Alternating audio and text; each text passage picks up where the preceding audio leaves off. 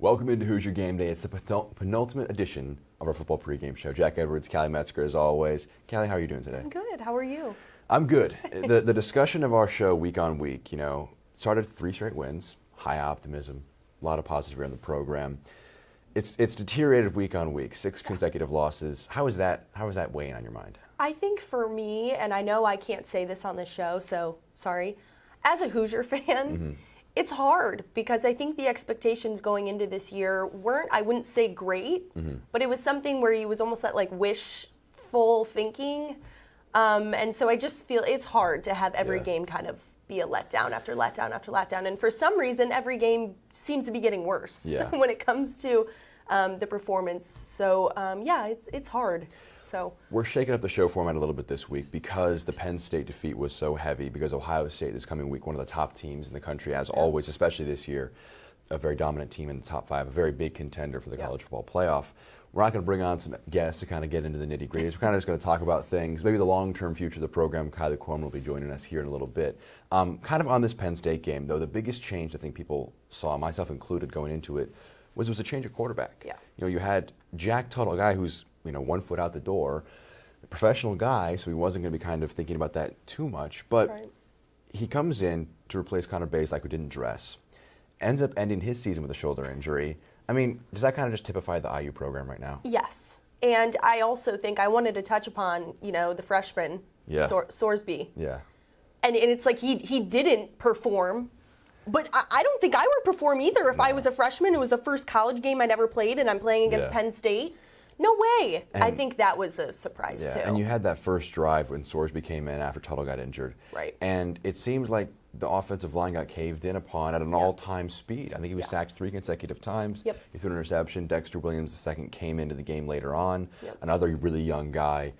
After the game, Tom Allen talking about how, he liked kind of, they're very similar. He wanted to try and give them different opportunities, but it was not a platform for them to succeed, was it? No. And the quarterback carousel is happening again. And the injury plethora throughout the whole team is happening again. It's almost just a bad deja vu moment. And that's.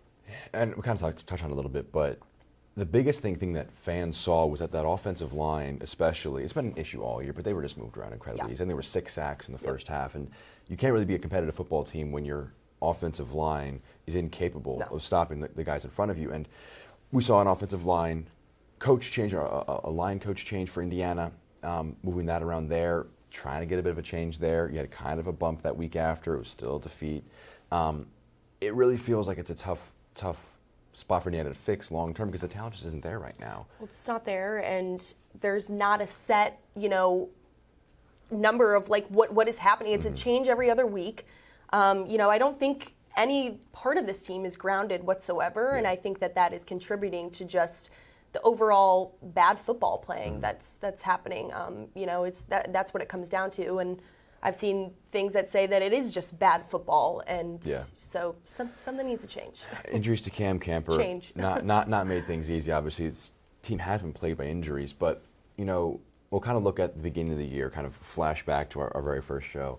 Did you kind of see the season shaping out like this, where it was such like an optimistic, maybe the thought entered your head, bowl game? This week is the final chance. It's 3-6. You lose this week, bowl opportunity is gone.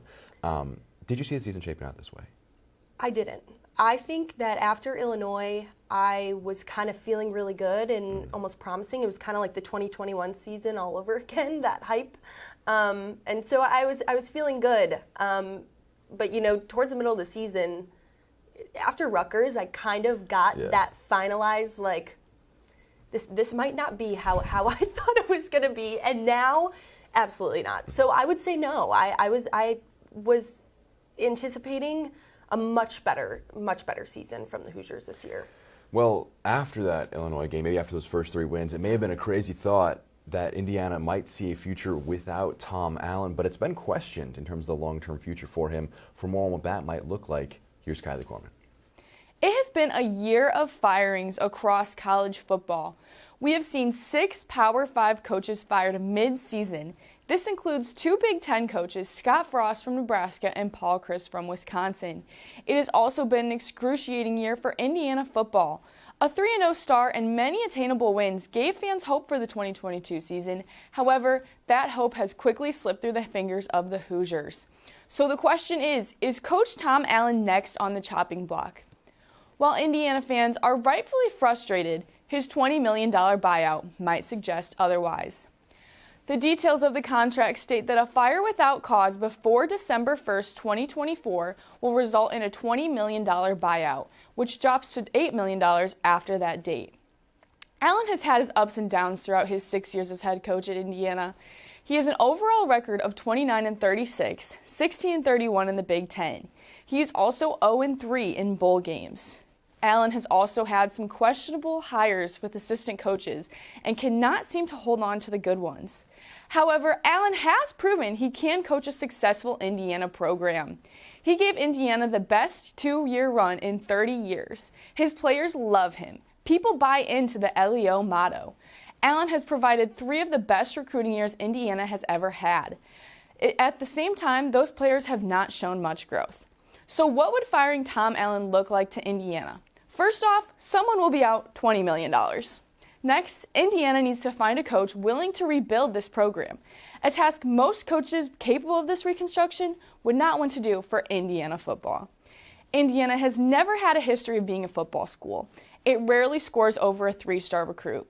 We can expect to see some coaching changes under Allen in the offseason, but none of this looks to change the trajectory of Indiana football in the near future. Firing Tom Allen would likely not change that either, especially not in the 2 years left until his buyout decreases. So while it is possible for Coach Allen to be fired, Indiana might have to love each other for a few more years. Back to you, Jack. Well, thanks, Kylie. A lot of interesting things to think about there in terms of the long-term future for Indiana and all the various factors at play. Callie, I kind of want to turn to you and kind of probe it to you that a lot of times look at the top guy in the program as the kind of the funnel where all the blame or all the praise will go. For a year like this for Indiana, blame is the word there. How much or how big of a role does Tom Allen play in terms of assessing Indiana struggles this year? Well, I think he plays a huge role, but I think that the idea of having him get out of that role is a little bit unrealistic. To me, I think it's a systemic thing within the program, and I think that Tom Allen has a lot of loyalty with a lot of the coaches within the program. That I think is going to be the one thing that needs to change before even anyone considers bumping Tom Allen out of his seat. We saw in the basketball program, men's basketball season is getting underway, content for that coming soon. So positivity in terms of the Hoosier sports realm. Archie Miller clearly wasn't working with him. Yeah. They paid a lot of money to move him out of his contract a few years early because they had a guy they liked a lot in Mike Woodson, and that appears to have been a very good hire. And Kylie touched on it. You know, it's tough to make this move, such a big move. $20 million is a lot of money. It's tough to make that kind of move without someone lined up. So unless you have a great candidate who I think is more capable of capturing, you know, a nice culture at Indiana, I think Tom Allen's still the guy. I think that December 1st date in 2024 she mentioned is probably the soonest you could think about maybe moving Tom Allen. I 100% agree with you, and I also think it would be hard to try and find someone to fit that role. It's hard to take on a challenge like the IU football program has proved this season. So if there is any changes, it will have to be a special someone. But like I said, I don't think Tom Allen's leaving anytime soon. So let's touch on this week. Yes. Very quick on this week. So Ohio State, one of the best teams in the country. The over-under is 59 points and the spread is 40 points, which just indicates that they expect Ohio State to absolutely run Indiana. Yeah. Which, I mean, if anyone out there is predicting Indiana win, I'd love to talk to you. I'd love to see where your head's at because let's talk. That would be a fascinating scenario. I'll toss to you, Callie. What do you expect about this game? I think overall, if I'm going to be completely honest, and I will be, Ohio State is overall a better football team. And so I think that's all it comes down to. I don't think I need to get into the nitty-gritty about defense, offense, quarterback, our quarterback struggles, whatever. It's just an overall better football team. So I think that IU needs to approach this game as sort of like areas to learn, to grow. It's almost like when you were younger and they tell you like you're playing a harder team and you're like, use this opportunity to see how you can improve. Like this is good for you. So I think that that's how this is going to go. I also want to mention one thing, Ohio State, CJ Stroud. So that's going to be a great, game to watch. He's a Heisman, contender. So that'll be good. But chance for him to pad his stats a little bit against Indiana potentially, depending on how this game plays out. I agree. I mean, it's kind of a sad thought where Indiana in their bowl must-win game to kind of have that opportunity to stay alive. Yeah.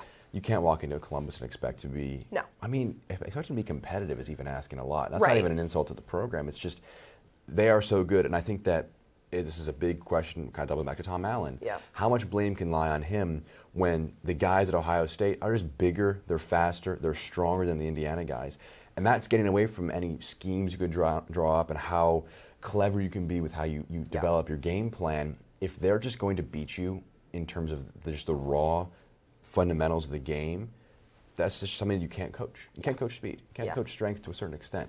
So I think it's going to be a big win for Ohio State there. I'll toss my prediction out there first. I haven't even really thought about this. 52-13. Okay, I'm gonna go 45-14. 45-14. So same as last week. So same as last week. Yeah. Yes. Yeah. Same as last week, and I'm pretty sure that it might be closer to yours. Indiana covers the spread. Big win in terms of that department. Yeah.